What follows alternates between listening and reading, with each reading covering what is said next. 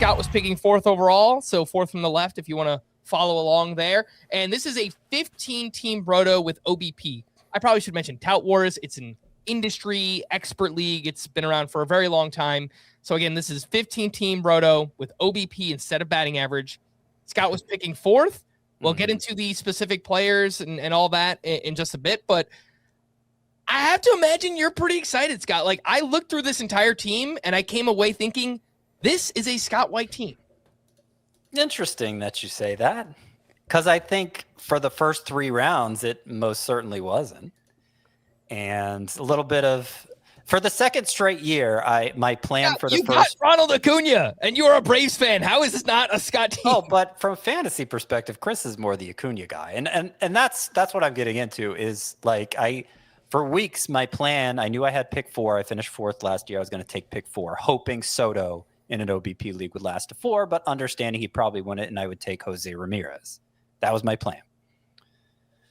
And then I got to looking at OBPs. Since I don't work with OBP very much, I like to do a little refresher before I go into the Tout Wars draft, just highlighting players at every position who stand out in OBP, who I should expect to elevate. And I was reminded that 2 of the last 3 years, Ronald Acuna had a 415 OBP, which is insane. I mean, that's even better than Juan Soto had last year. And J-Ram is like 360, not bad, but there's a big difference between those two. So I convinced myself after weeks of assuming Ramirez in the last 10 minutes before the draft, if I don't get Soto, I should probably go Acuna. So that's what I did. Took Ronald Acuna 4th overall. Which, by the way, Bobby Witt wasn't even factoring into my plans here. He doesn't walk a lot. He could hit for such a high average that the OBP could still turn out pretty great, as happened 2 years ago. But no, it was between J-Ram and Acuna for me in an OBP league, and I went with Acuna. A little more risk there, but the upside, I mean, I'm sure Chris would have gone with Acuna even if it was an OBP. So no, I do have it. I have in traditional 5x5, I have Acuna ahead of Soto. Oh, you don't have ahead of Ramirez? Yeah. Oh, okay. Mm-hmm. Okay. Well, anyway. For Would you have taken Acuna over Ramirez and OBP? I think so, yes. Okay. Yeah, Ramirez is a good OBP source. Acuna's like, he fluctuates a lot, but the bad years are 360 and the good years are like 410. Well, the bad years are tied to injury, too. Yes. But I think for his career, it's like 390 or something. Yeah. Acuna's really good. Yeah. So I went with Acuna. And then in round 2, now here's what kills me, because I had my choices. I had the 4th choice of what pick to take since I finished 4th last year, and I chose the 4th pick. Thinking, as I laid it out, hopefully Soto, but probably Ramirez. If I had known Acuna was in this discussion, I would have said 5th. I might have even said 6th, trusting that Witt, saying I could live with Witt instead. Just being like, there's not a realistic chance I'm going to get Soto at 4, so let me just take 6. And then I could have gotten Ketel Marte, a great OBP guy in round 2, because he went in that 6th spot, 10th in round 2. Pete Alonso followed with the 11th pick in round 2. And I was forced to take the first round 2 player who I don't think really deserves to be a round 2 player in OBP league, which was frustrating because I didn't have to pick 4th. I would have been thrilled with Ketel Marte or Pete Alonso there. Had to settle for Trey Turner. I felt like Jackson Chourio, barely a 300 OBP, wasn't even in the discussion. Yeah. So Turner feels like a pretty underwhelming second round pick. And then in round 3,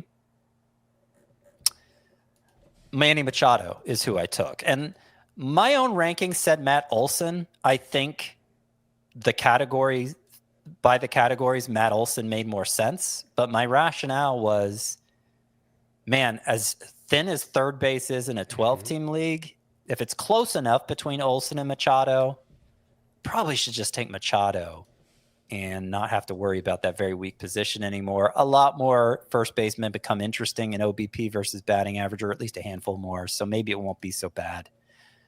Olson goes 2 picks later, and first base gets crushed this whole draft. I mean, Sal Stewart goes 86th.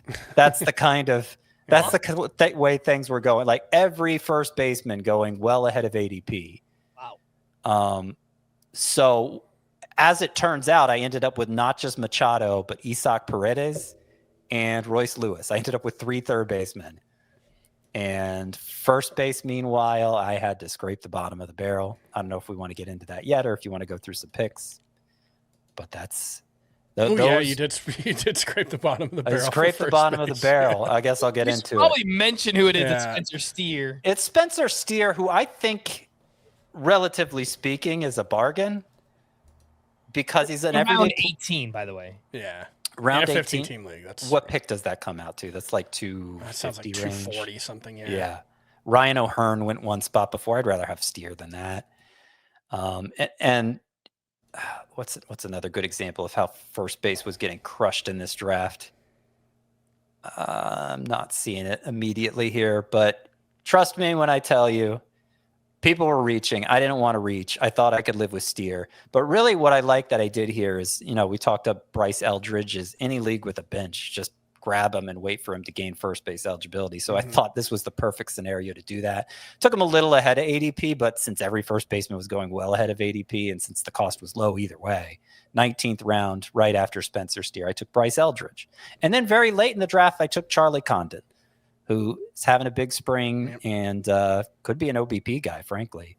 So I think I've given myself a chance at first base. Look, I think Steer will be worth starting anyway. Maybe I can move him to the outfield if those other ones pay off. Spencer Steer is one of those guys where like the OBP is not good. It's maybe bad, but like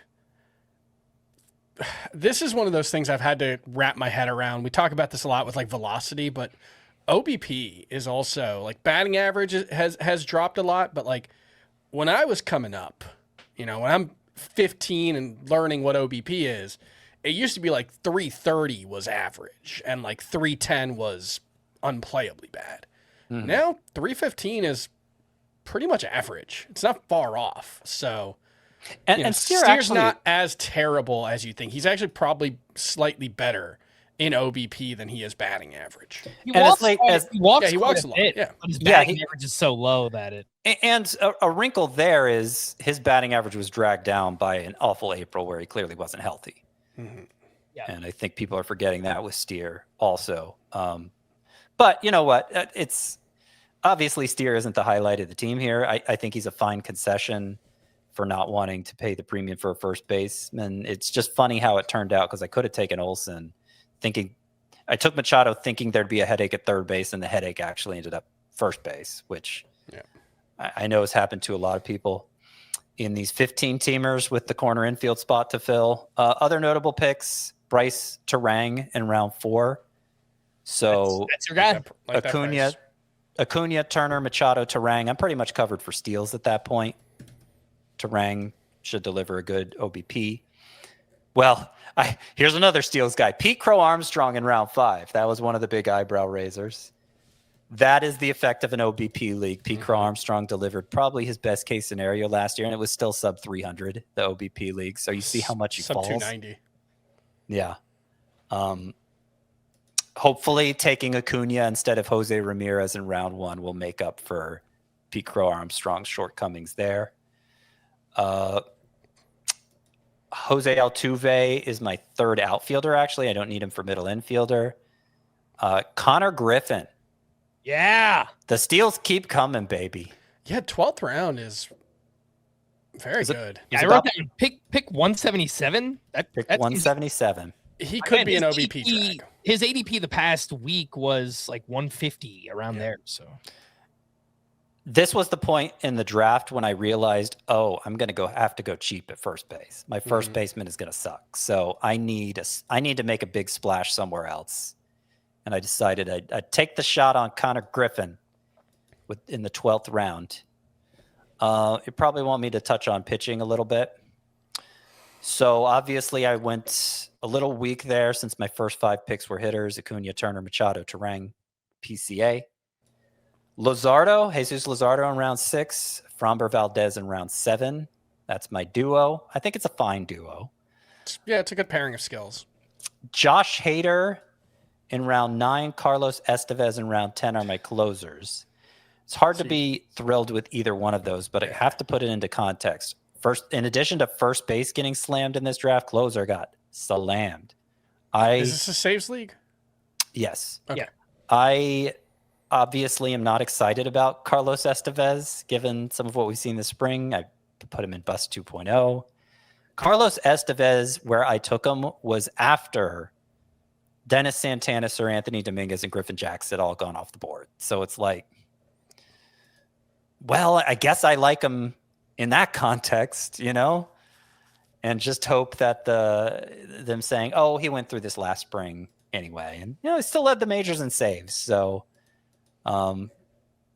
yeah, I mean, Hader and Estevez, I need things to go right there. But in theory, those are two closers. And I should be covered for saves if they actually are closers. Trevor Rogers is my number 3 starting pitcher. Brandon Woodruff is my number 4. I got him really late, I felt like. So I don't mind that top 4. Obviously, I didn't get as high end of a pitcher as most teams did. But then I like the way I finished at starting pitcher. Merrill Kelly and Ryan Nelson outside of the first 20 rounds. I think those are good two good ratio stabilizers, innings guys, at a point where most of those were gone.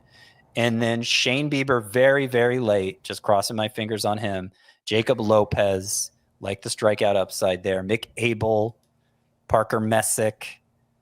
I think there's a lot of upside there. Obviously, they're not going to hit, but these are bench options for me, and I'm just hoping 1 or 2 of them do. They're not all going to hit, is what you meant to say. What did I say? You said they're not going to hit, and I was going to say, oh, those are bad picks then. They're not all going to hit. Yeah. I would hope you have a little more faith in them than that. Scott, I will say, if they added a category this year for most days on the IL, I think your pitchers would be great. Well, I mean, look, that's going to be true for everybody's team, right?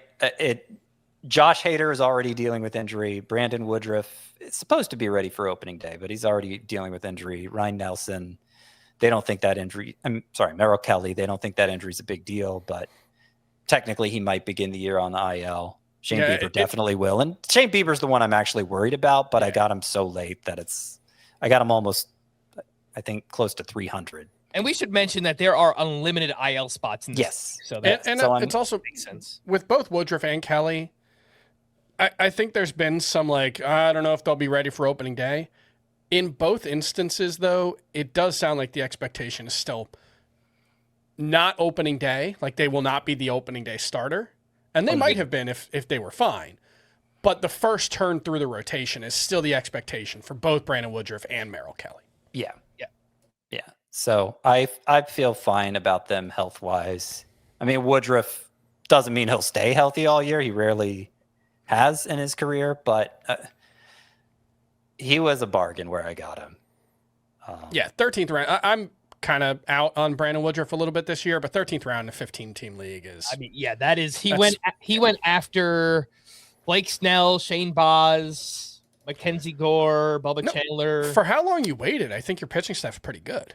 Yeah, I think it came together okay. Yeah. I mean, I do worry a little bit about the innings, but yeah, I mean that is a good value. That's why I tried to stack my bench with upside options. Is just give me contingencies since I'm taking on a little more risk there. Mm-hmm. You may be worried about my power. Obviously, I got a lot of speed up front. Power is becoming an issue. Well, in round 14, close to pick 200, I took Isaac Paredes, who may be someone I can slot at first base later. And also a good OBP guy. So I think he was the perfect fit for my team at that point. Get that man to the Braves. Let's go. Well, that'd be great. But I think he's going to play enough either way. Mm-hmm. And then right after him in round 15, I took Dalton Varsho, who I think between those two, Paredes and Varsho, I'm going to get 60 home runs, and it may be more. Samuel Basayo was my first catcher in round 16. That's very late. I felt fortunate to get him. I was looking at maybe pairing Basayo and Carter Jensen there at the 16-17 turn. I was going to ask you, were you freaking out when Carter Jensen went 1 pick before you? Because I was a little annoyed. I was going to take Basayo ahead of Jensen, excuse me. But I saw those two still there when catchers like JT Realmuto and Austin Wells were already going off the board, and Kyle Teal, Gabriel Moreno, they went rounds before. It's like I really whiffed here at catcher, and somehow these two stud rookies are going to fall in my lap, and only one of them did, but it would have been great if both did. Yeah. I don't know. Anything else we need to talk about here? I wanted to mention just some of the other kind of rookie upsidey picks that you wound up taking here, along with Connor Griffin. Yeah, there's a lot of rookies. So Connor Griffin, let me just say, I did not come in with a plan to take a bunch of rookies. Connor Griffin was the one time where I said, I'm going to roll the dice here and hope to score big. And you didn't reach on any of them. I didn't reach. 177 is lower than ADP. But I think in theory, people might look at it and say, well, 4-hitter rookies. I don't know about that. But 2 of them are on the bench, right? It's 4, right? And maybe Basayo, I guess 5. Yeah. Most of them I got for cheap. And the alternative, the safe veteran alternative in every case was a guy who had either major health concerns, playing time concerns, or just performance concerns. So I don't feel like I took on a lot of risk with any of these rookies. I wasn't, obviously they're not slam dunks, but I think the risk reward equation clearly worked out in their favor. So I don't know if you want to get into who they are, Frank, but. Yeah, we've got Bryce Eldridge at 274, Chase DeLauder at 327. We mentioned McAble at 364, Parker Messick at 387, but then also Charlie Condon at 394. But again, it's, they're all outside the top 270 pretty much. So you're not expecting much from those guys anyway. Yeah, I mean, obviously, if Condon doesn't make the team, I'm probably just dropping him. He was my third to last pick in a very deep league. I told you to take TJ Rumfield and just lock up the Rockies' first base situation, but I thought about it, but I had other needs, unfortunately. Chase DeLauder is slotted as my 5th outfielder, and I think he has the job if he stays healthy. Big if. So I may, particularly if Connor Griffin doesn't make the team, I'm going to have to move Jose Altuve to middle infield, and I'll need another outfield. I'll need to pick up another outfielder right away, start him. So there's some pressure on Chase DeLauder there, but I'm strong.